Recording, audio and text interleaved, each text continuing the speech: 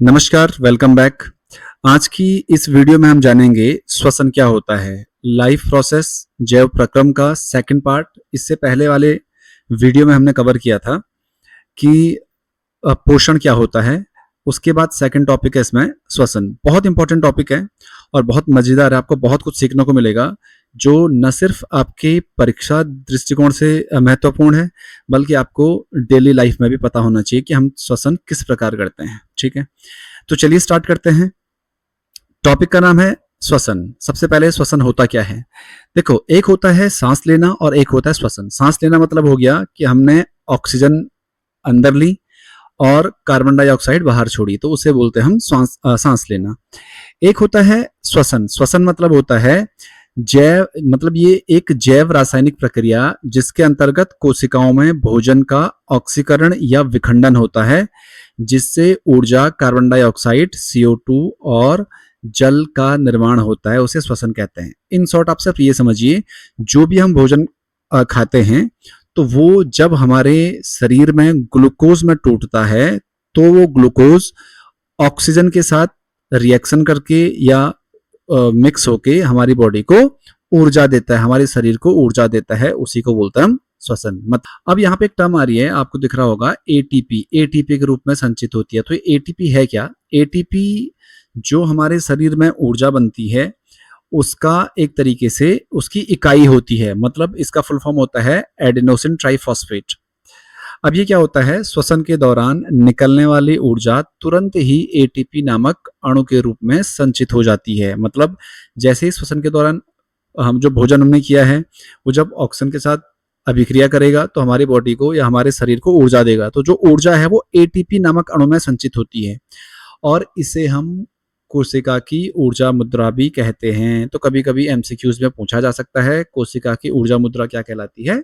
ATP कहलाती है। तो जब भी हमारे शरीर को ऊर्जा की आवश्यकता होती है तो जो एटीपी है यही टूटकर हमारे शरीर को ऊर्जा प्रदान करता है। ठीक है, तो आपको समझ आया होगा एटीपी क्या है और श्वसन क्या है। अब जो ग्लूकोज है, जो बताया मैंने आपको कि भोजन से जो हमें ग्लूकोज प्राप्त होता है और वो ऑक्सीजन के साथ एक तरीके से अभिक्रिया करके हमारे शरीर को ऊर्जा देता है। तो वो किस तरीके से होता है? तो ये बेसिकली 3 टाइप से होता है और बहुत इंपॉर्टेंट है। ये आपके एग्जाम में लगभग हर साल पूछा जाता है 3 से 4 नंबर के लिए। तो भोजन से ऊर्जा प्राप्त करने के लिए ग्लूकोज का विखंडन अलग अलग जीवों में और अलग अलग परिस्थितियों में 3 प्रकार या 3 मार्गों से होता है। आपको दिख रहा होगा जो ग्लूकोज है, इसका फॉर्मूला आपको पता होना चाहिए, C6H12O6 ये होता है। तो जो ग्लूकोज में 6 कार्बन अणु है वो 3 वायु अणु या 3 कार्बन अणुओं में टूट जाता है। उसे बोलते हैं हम पायरुवेट। और ये सब कहाँ पे होता है? कोशिका द्रव्य में होता है। ये आपको ध्यान रखना है।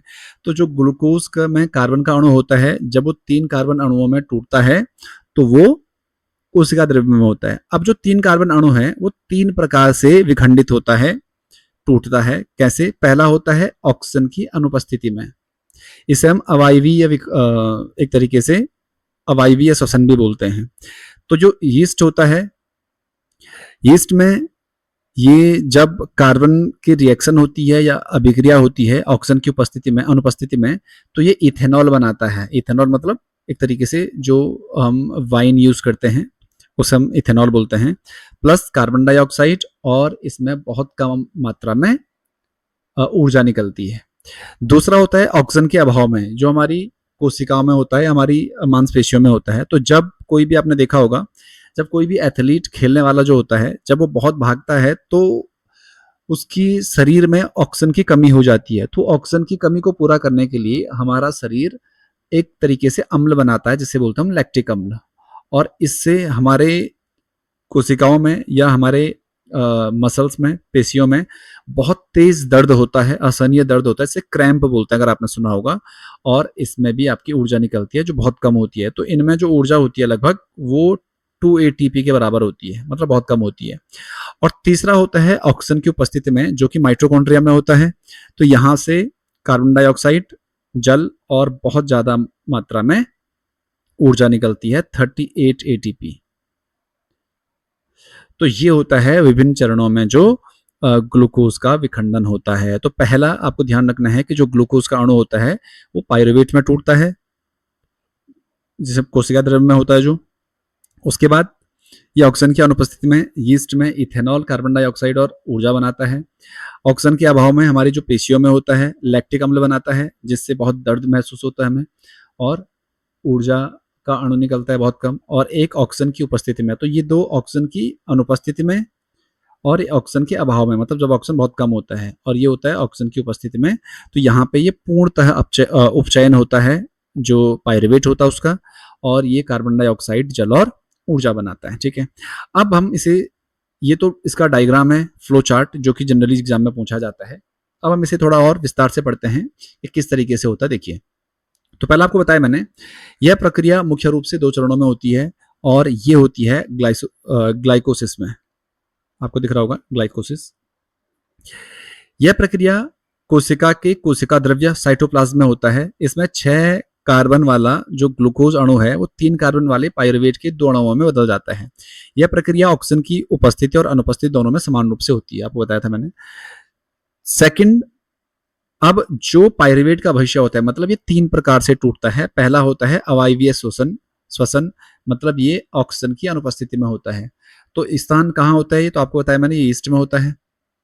प्रक्रिया क्या होती है, तो ऑक्सीजन की अनुपस्थिति में पाइरुवेट का आंशिक खंडन होता है, और ये किण्वन, जिसे हम फर्मेंटेशन भी बोलते हैं, इसे फर्मेंटेशन भी बोलते हैं हम, किण्वन। जैसे आपने देखा होगा, हम कोई भी जैसे भटूरा बनाते हैं या जलेबी बनाते हैं तो पहले मैदा को गूंथते हैं और उसे छोड़ देते हैं कुछ टाइम के लिए, जिससे वो खमीर बन जाता है, जिसे हम ईस्ट बोलते हैं। उसी प्रक्रिया को किण्वन बोलते हैं।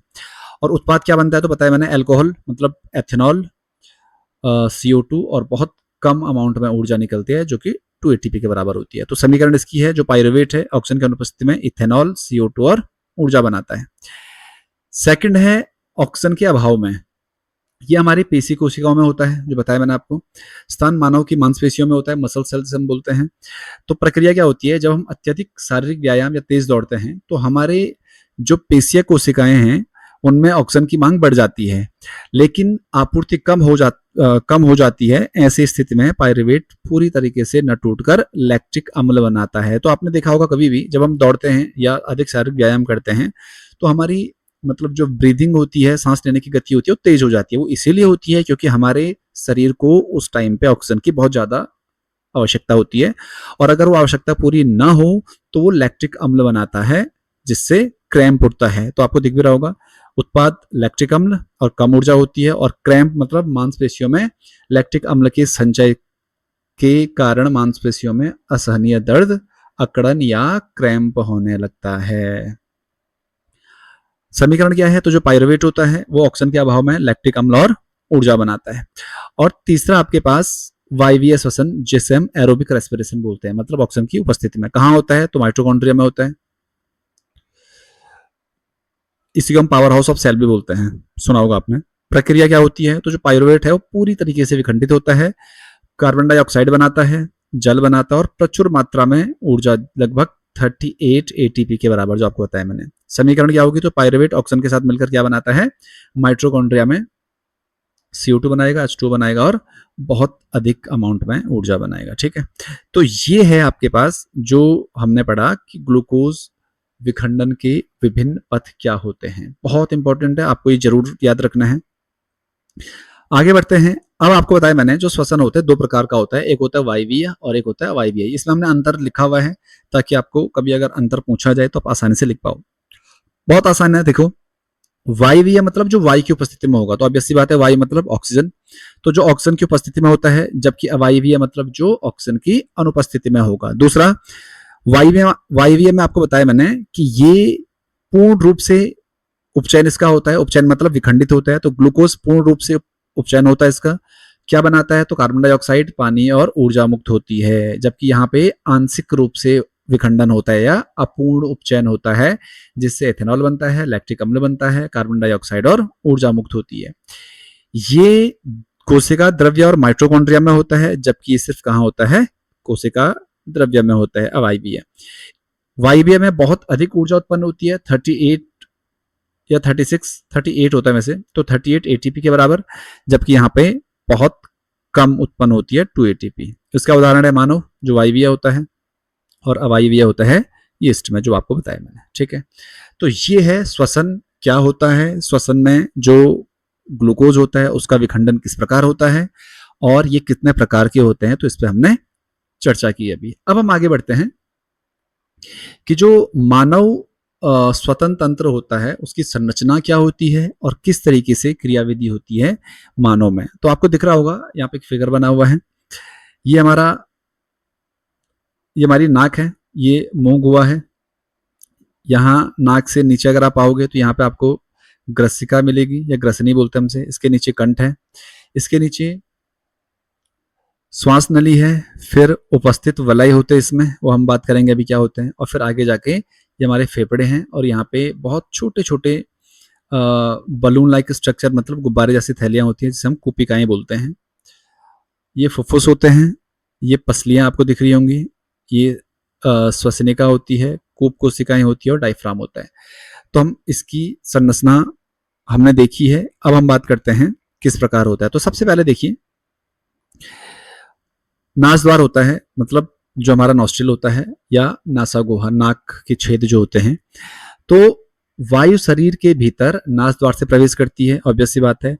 हमारे नास मार्ग में महीन बाल, मतलब छोटे छोटे बाल होते हैं, और श्लेष्मा एक परत होती है, मतलब एक तरीके से एक लिक्विड फॉर्म में होता है, तरल पदार्थ होता है, जो हवा के साथ आने वाले धूल कणों और जीवाणुओं को अंदर जाने से रोकता है। तो जो हमारे नाक में बाल उपस्थित होते हैं छोटे छोटे, बहुत इंपॉर्टेंट होते हैं, वो एक तरीके से फिल्टर का काम करते हैं। जब हम सांस लेते हैं तो वायुमंडल में क्योंकि बहुत सारे धूल के कण होते हैं, तो वो हमारे शरीर में अंदर ना जाए, तो उसके लिए जो श्लेष्मा होता है या जो छोटे छोटे बाल होते हैं वो उन्हें रोकता है। दूसरा होता है ग्रसनी, लैरिनेक्स बोलते हैं जैसे, या जो फेरिनेक्स और लैरिनेक्स, कंठ, कंठ मतलब जहां से आवाज निकलती है। तो जो नासा मार्ग आगे जाकर ग्रसनी में खुलता है, कंठ को ध्वनि बॉक्स बोलते हैं, वॉइस बॉक्स हम बोलते हैं, जो श्वास नली के ऊपर वाला भाग होता है। यहाँ पे एपिग्लॉटिस नामक एक ढक्कन होता है जो भोजन करते समय श्वास नली को ढक देता है ताकि भोजन श्वास नली में ना जाए। तो इसलिए आपने सुना होगा कि जो फेरिनेक्स और लैरिनेक्स है, मतलब जो ग्रसनी होती है और कंठ होता है, तो ये एक तरीके से ओपन होता है जहां पे हमारा नाक और मुंह का द्वार खुलता है। तो जब हम भोजन करते हैं तो बहुत आपने सुना होगा अपने बड़ों से कि जब हम भोजन कर रहे हैं तो भोजन करते टाइम बोलना नहीं चाहिए। अब वो इसीलिए क्योंकि जो एपिग्लॉटिस होता है वो जब हम भोजन कर रहे होते हैं तो वो श्वास नली को ढक देता है। तो कभी कभी क्या होता है, अगर हम बोलें तो जो खाना है वो हमारी श्वास नली में चला जाता है, जिससे हमारा मतलब गले में एक तरीके से अटकन हो जाती है, आपने देखा होगा, और फिर ऐसे पीछे से मारा जाता है ताकि वो जो खाना श्वास नली में जाए वो बाहर निकले। तो वो इसीलिए बोला जाता है क्योंकि जो एपिग्लॉटिस होता है वो एक ढक्कन का काम करता है। तो ये है ग्रसनी और कंठ।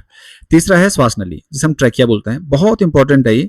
जो ये श्वास नली होती है, आपको दिखा देता हूं मैं, ये वाला, ये आपको दिख रहा होगा, ये श्वास नली है। इस पे आपको ये वलय दिख रहे होंगे, दिख रहे वलय, ये वाले वलय जो दिख रहे हैं, वलय का मतलब है एक तरीके से माना ये नली है, तो इसमें एक तरीके से रिंग बने होते हैं, जैसे आपने वॉश बेसिन में देखा होगा नीचे पाइप होता है तो उससे ऐसे वलय होते हैं, तो ये होते हैं। तो ये क्यों होते हैं देखो, तो यह गले से होकर फेफड़ों तक जाती है। श्वास नली में उपस्थित के जो वलय होते हैं, कार्टिलेज ऑफ रिंग जिन्हें बोला जाता है, पाए जाते हैं। ये वलय श्वास नली को तब भी पिचकाने से रोकते हैं जब उसमें हवा नहीं होती है। मतलब जैसे हम सांस लेते हैं और सांस छोड़ते हैं, तो सांस लेने और सांस छोड़ने के बीच में एक स्थान ऐसा आता है जब हमारे शरीर में मतलब जब जो श्वास नली होती है उसमें सांस नहीं होती है, तो वो जो नली है वो पिचके ना, मतलब कोलैप्स ना हो, इससे बचने के लिए उस पे वलय होते हैं। तो बहुत इंपॉर्टेंट एग्जाम में पूछा जाता है कि जो श्वास नली होती है उसमें वलय क्यों होते हैं। तो वलय इसीलिए होते हैं ताकि जब हवा ना हो श्वास नली में तो वो पिचके ना, वो अपने एज इट इज पोजिशन पे बने रहें। उसके बाद होता है श्वसनी या श्वसनिकाएं। तो जो आपको दिख रहा होगा, ये जो श्वास नली है, ये जब आगे दो पार्ट में टूट जाता है, एक इधर जाता है और एक इधर को जाता है, तो इसी को बोलते हैं हम श्वसनी, ब्रोंकाई बोलते हैं इसे, या ब्रोंकल्स बोलते हैं। तो श्वास नली वक्स गुफा में जाकर दो भागों में बढ़ जाती है, जिसे श्वसनी बोलते हैं। प्रत्येक श्वसनी अपनी तरफ एक के फेफड़े में प्रवेश करके छोटी छोटी शाखाओं में बढ़ जाता है, इसे हम श्वसनिका बोलते हैं। तो मतलब श्वास नली, जो ब्रोंकाई होती है श्वास नली, आगे जाके श्वसनी बनाती है, दो ब्रांच बनाती है, दो टहनियों टाइप की, और उन टहनियों पे भी बहुत सारी छोटी छोटी शाखाएं निकलती हैं जिसे हम श्वसनिकाएं बोलते हैं। उसके बाद है कूपिका, बहुत इंपॉर्टेंट है ये कूपिका। ये कूपिका होती क्या है कि जो आपको दिख रहा होगा, जो ये श्वसन नली है और ये श्वसिकाएं हैं, इस पे एक छोटे छोटे आपको गुब्बारे के आकार की आकृतियां दिख रही होंगी, ये वाली, इन्हीं को कूपिकाएं बोलते हैं। तो इनका काम क्या होता है, जब हम सांस लेते हैं तो ये एकदम से फूल जाती है और ये हमारा जो फेफड़ा है वहां पर बहुत सारे, मतलब एक तरीके से एक बहुत बड़ी संरचना बनाते हैं या एक क्षेत्रफल प्रदान करते हैं जिससे बहुत सारी ऑक्सीजन हमारे शरीर में प्रवेश कर पाए। तो श्वसनिका के अंतिम छोर पर गुब्बारे जैसी महीन संरचनाएं होती हैं जिन्हें हम कूपिका कहते हैं। कार्य क्या होता है इनका, तो कूपिकाएं गैसों के विनिमय के लिए एक बहुत बड़ा सतह क्षेत्रफल प्रदान करता है। कूपिकाओं की दीवारें अत्यंत पतली होती हैं, इनमें चारों ओर रुधिर वाहिकाएं होती हैं और इसका एक घना जाल बना होता है। तो ये काम होता है किसका, कूपिका का। उसके बाद होता है फेफड़े, लंग्स से हम बोलते हैं। तो मानव में एक जोड़ी स्पंजी और गुलाबी फेफड़े वक्स गुहा में सुरक्षित रहते हैं। तो ये आपको दिख रहा होगा, ये जो है हमारे, ये पूरे फेफड़े हैं, ये वाले जो टोटल दिख रहा है आपको, ये फेफड़े हैं, ठीक है। फिर इसके बाद आता है आपके पास जो सांस लेने की क्रियाविधि क्या होती है। तो जैसे ही मैकेनिज्म ऑफ ब्रीदिंग होता क्या है, सांस लेने और छोड़ने की प्रक्रिया पूरी तरह वक्सीय गुहा के आयतन में बदलाव और डायफ्राम की गति पर निर्भर करता है। तो डायफ्राम ये होता है, ये आपको दिख रहा होगा, ये वाला जो दिख रहा है ये रेड कलर का, ये डायफ्राम है पूरा, ये वाला, ये डायफ्राम होता है। तो होता क्या है, जब हम सांस लेते हैं तो जो पसलियों से जुड़े मांसपेशियां सिकुड़ती हैं, तो जिससे जो पसलियां हैं ऊपर और बाहर की ओर खिंच जाती हैं। जैसे हम सांस लेते हैं तो हमारी छाती बाहर को आ जाती है, तो उसका यही है। तो उससे क्या होता है, जो डायफ्राम होता है वो नीचे की ओर गति करता है और चपट जाता है, मतलब एक तरीके से फ्लैट हो जाता है, जिससे वक्सीय गुहा, मतलब जो हमारी छाती होती है, उसका आयतन बढ़ जाता है और फेफड़े के अंदर वायु का दबाव कम हो जाता है। बाहर की ओर शुद्ध वायु तेजी से नासद्वार से होते हुए फेफड़ों में भर जाती है या कूपिकाओं में भर जाती है, जो मैंने बताया था बलून लाइक स्ट्रक्चर होते हैं छोटे छोटे, उनमें भर जाती है और हमारे शरीर में पर्याप्त मात्रा में ऑक्सीजन पहुंचती है, ठीक है। अब ये तो हो गया जब ऑक्सीजन लेते हैं, जब उसे छोड़ते हैं इसे हम उच्छावन कहते हैं, एक्सहेलेशन बोलते हैं इसे, सांस का बाहर छोड़ना। तो मांसपेशियां शिथिल हो जाती हैं, पसलियां वापस अपनी सामान्य स्थिति में आ जाती है, डायफ्राम वापस ऊपर की ओर उठकर अपने मूल गुंबद, मतलब अपने वास्तविक आकार में आ जाता है, जिससे वक्शीय गुहा का आयतन घट जाता है और फेफड़े के अंदर वायु का दबाव बढ़ जाता है। तो जो भी हमारे फेफड़े में दूषित वायु, मतलब CO2 युक्त वायु होती है, वो बाहर चली जाती है। तो इस प्रकार से हमारे शरीर में जो ऑक्सीजन होता है और जो कार्बन डाइऑक्साइड होता है उसका पूरा साइकिल चलता रहता है। अब गैसों का विनिमय और परिवहन कैसे ट्रांसपोर्ट होती है गैसें, तो कूपिकाओं में हवा पहुंचने के बाद जो गैसों का आदान प्रदान इस प्रकार होता है। तो देखो, मतलब जैसे हमने, ये तो हुआ सांस लेना और सांस छोड़ना, लेकिन जो ऑक्सीजन है वो तो हमारे फेफड़े तक ही जा रही है इस क्रियाविधि से। तो फेफड़े से हमारे शरीर के हर एक भाग तक कैसे पहुंचता है, तो वो आगे दिया हुआ है। ऑक्सीजन का विसरण कैसे होता है, तो कूपिकाओं में आई हवा में ऑक्सीजन की सांद्रता अधिक होती है और रक्त में कम होती है, इसीलिए ऑक्सीजन कूपिका की पत्ती दीवार को पार करके रक्त वाहिकाओं में चली जाती है। और इसके लिए एक बहुत इंपॉर्टेंट फैक्टर होता है, वर्णक होता है, जिसे बोलते हैं हीमोग्लोबिन। तो आप पूछा भी जाता है हीमोग्लोबिन का हमारे शरीर में क्या काम होता है। क्योंकि मानव शरीर बहुत बड़ा है, आकार बहुत बड़ा होता है, तो केवल विसरण द्वारा ऑक्सीजन हमारे पूरे शरीर में नहीं पहुंच पाता है। तो इसीलिए हमारे जो लाल रक्त कणिकाएं होती हैं, जिसे हम आगे पढ़ेंगे, RBCs बोलते हैं जिसे, इसमें हीमोग्लोबिन नामक एक श्वसन वर्णक पाया जाता है। और जो हीमोग्लोबिन होता है वो ऑक्सीजन के साथ बहुत उच्च बंधुता होती है, उसकी एफिनिटी होती है, मतलब एक तरीके से ये जिगरी दोस्त होते हैं। तो जो हीमोग्लोबिन होता है वो हमारे फेफड़े में ऑक्सीजन को बांधकर हमारे शरीर की सभी कोशिकाओं तक पहुंचाने का काम करता है। तो जो ऑक्सीजन हम लेते हैं और जो हमारे फेफड़ों में संचित होती है, तो वहां तक हमारे शरीर के हर एक भाग तक जो ऑक्सीजन पहुंचाने का काम करता है वो कौन करता है, हीमोग्लोबिन करता है। तो ये तो हुआ कि ऑक्सीजन हमारे शरीर तक कैसे पहुंचता है। अब जो कार्बन डाइऑक्साइड है, तो कार्बन डाइऑक्साइड जल में अधिक घुलनशील होता है, इसीलिए जो कोशिकाओं से निकलने वाली CO2 हमारे रक्त प्लाज्मा में घुलकर फेफड़ों तक पहुंच जाती है। जो रक्त प्लाज्मा होता है, मतलब एक तरीके से ये हम आगे पढ़ेंगे अभी जब हम ट्रांसपोर्ट परिवहन में पढ़ेंगे। फिलहाल आप ये समझो कि जो CO2 होता है वो हमारे खून में या हमारे रक्त में मिलकर हमारे फेफड़ों तक पहुंचता है और फिर जो कोशिकाएं होती है या जो फेफड़े होते हैं उसे बाहर निकाल देते हैं। तो इस तरीके से ऑक्सीजन और कार्बन डाइऑक्साइड का संचरण हमारे शरीर में होता है। तो ये है कि हमारे शरीर में किस प्रकार से श्वसन की प्रक्रिया होती है। अब उसके बाद है पेड़ पौधों में कैसे होता है। तो ये हमने ऑलरेडी पढ़ा हुआ है, पेड़ पौधों में होता है रंध्र से। जंतुओं की तरह पौधों को भी ऊर्जा के लिए श्वसन की आवश्यकता होती है, लेकिन पौधों में जंतुओं की तरह कोई विशिष्ट श्वसन तंत्र नहीं होता है। तो इसीलिए यहाँ पे दिया हुआ है रंध्र। आप हमने रंध्र पे पहले बात कर चुके हैं। हम रंध्र क्या होता है, जो भी पत्तियों में छोटे छोटे छिद्र होते हैं उन्हें हम रंध्र बोलते हैं। तो पत्तियों में मौजूद छोटे छिद्र जिसे हम रंध्र के माध्यम से गैसों का आदान प्रदान या जिसे हम डिफ्यूजन विसरण बोलते हैं प्रक्रिया द्वारा किया जाता है। दूसरा वात रंध्र, मतलब तनों में भी जो तनों के कठोर सतह पर मौजूद छोटे छोटे छिद्र होते हैं, इससे भी गैसें बाहर निकलती हैं। और तीसरा होता है मूल रोम, मतलब जो जड़ें होती हैं उसमें भी जड़ें मिट्टी के कणों के बीच फंसी हवा से ऑक्सीजन मूल रोमों द्वारा विसरण विधि से ग्रहण करती है। तो ये तीन प्रक्रियाओं से जो पौधे होते हैं वो श्वसन करते हैं। इसके बाद आता आपके पास जो दिन और रात का चक्र, ये बहुत इंपॉर्टेंट है, महत्वपूर्ण, मतलब बोर्ड के लिए। इसमें क्या होता है ये आपको पहले से पता है, हमने ऑलरेडी पढ़ा है ये भी। पहला, दिन के समय पौधे श्वसन करते हैं। पौधों में श्वसन होता है, ऑब्वियस सी बात है।